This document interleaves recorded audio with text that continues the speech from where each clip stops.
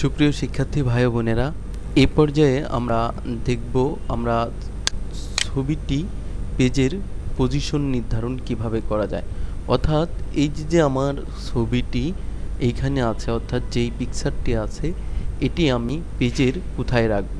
এর জন্য আমরা পজিশন যে বাটনটি আছে এইখানে ক্লিক করার মাধ্যমে আমরা যেমন এইখানে যদি ক্লিক করি তাহলে দেখুন অটোমেটিকলি আমাকে কিন্তু প্রিভিউতে দেখাচ্ছে যে ছবিটি পেজের কোথায় যাবে। আমি এটাই ধরলে অর্থাৎ এইখানে লেখার কোথায় আমার ছবিটি হবে আমরা ক্লিকের মাধ্যমে তা নির্ধারণ করে দিতে পারি।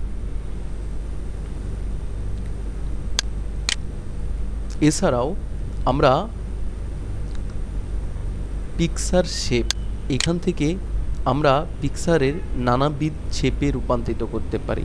অর্থাৎ আমি যদি এই মুহূর্তে এটিতে ক্লিক করি তাহলে দেখুন পিকচারটি ওই শেপের আকৃতি ধারণ করলো।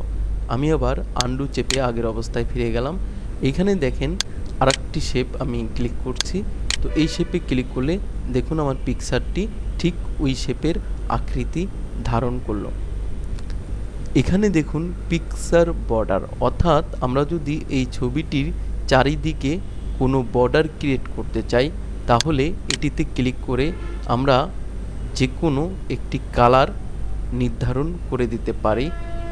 দেখুন আমি লাল কালারটি আমি দিলাম, তাহলে দেখুন চারপাশে ছবির চারপাশে একটি বর্ডার ক্রিয়েট হলো, অর্থাৎ বর্ডারের কালারটি পরিবর্তন হয়ে আমাদের লাল হয়ে গেল।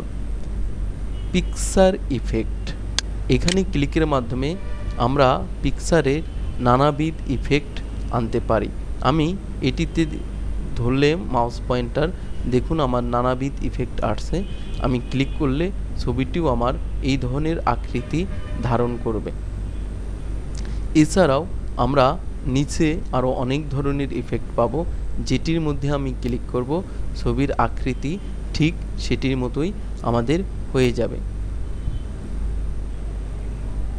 আমি এটিকে সিলেক্ট করলাম, দেখুন আমার ছবির আকৃতিটি ঠিক ওরকম আকৃতি ধারণ করেছে। আশা করি আপনারা বুঝতে পেরেছেন। ধন্যবাদ সবাইকে।